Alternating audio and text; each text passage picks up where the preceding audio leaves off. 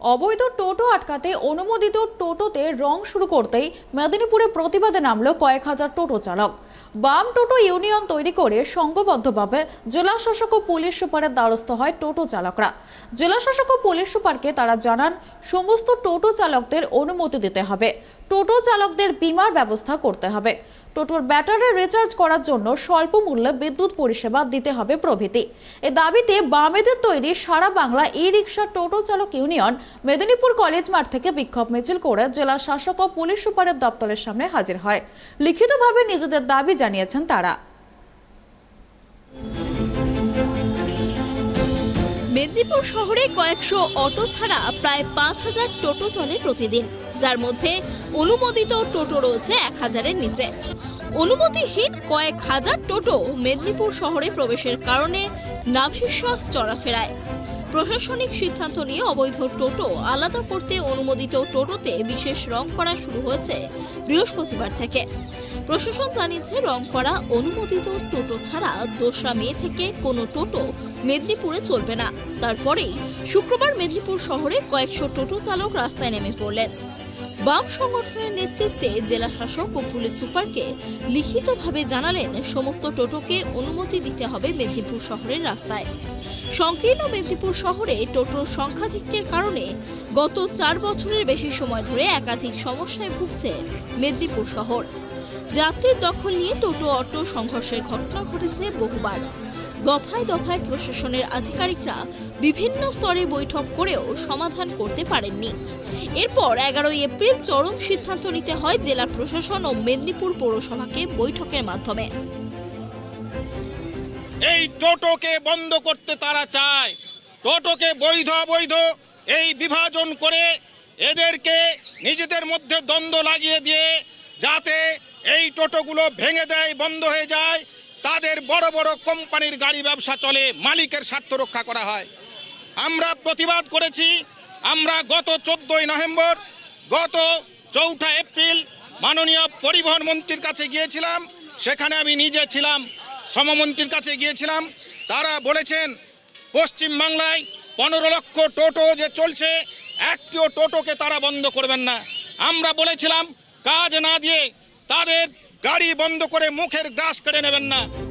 পৌরসভার চেয়ারম্যান সৌমেন খান জানিয়েছেন, মেদিনীপুর শহরে অনুমোদিত টোটো ছাড়াও প্রচুর পরিমাণে বাইরে থেকে বিনা অনুমতির টোটো খদ্দেরে তোলার লোভে মেদিনীপুর শহরে ভিড় করেছে, যে কারণে যানজট তৈরি হচ্ছে মেদিনীপুরে।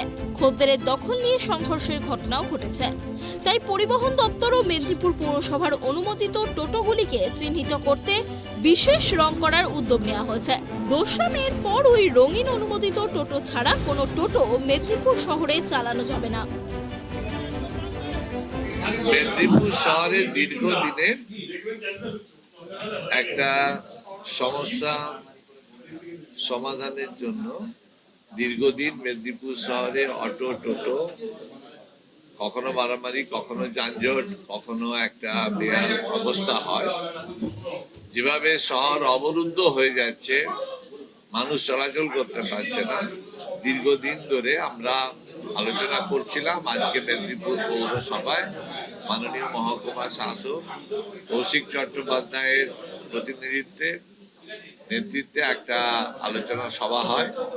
DSP traffic, OC traffic, DSP administration, RTO, আমাদের টোটো সংগঠনের 5 জন, অটো সংগঠনের 5 জন সহ আমাদের আজকের এই আলোচনা সভা অত্যন্ত ভাবে দুপক্ষের সাথে আলোচনা করে তারা সিদ্ধান্ত করে জানালেন যে মেদিনীপুর শহরে আরটিও সাহেব বললেন, এসডিও সাহেব বললেন যে মেদিনীপুর শহরে যারা সরকারিভাবে লাইসেন্স প্রাপ্ত টোটো অটো সেগুলি চলবে এবং তাদেরকে একটা কালার করে দেয়া হবে এবং তাদের স্ট্যান্ড করে দেয়া হবে এবং বাইরের টোটো টাউনের বাইরেই এসে তারা প্যাসেঞ্জার নামিয়ে দিতে পারবে।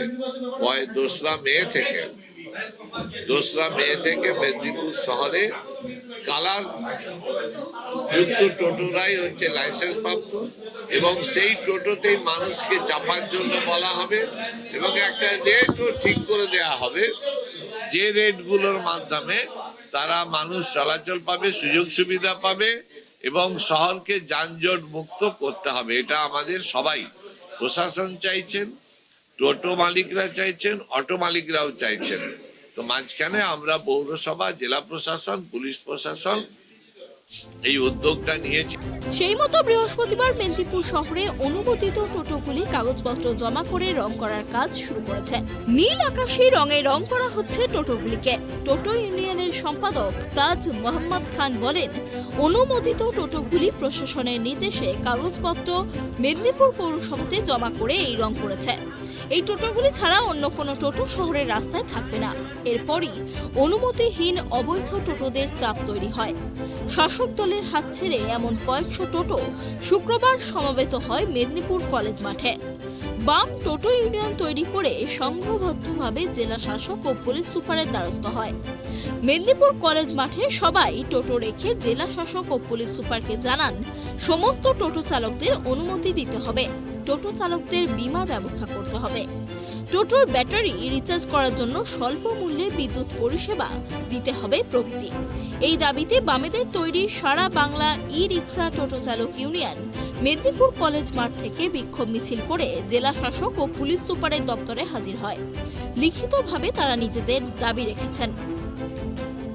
পশ্চিম মেদিনীপুর থেকে শুভ চক্রবর্তীর রিপোর্ট, ট্রাইব টিভি।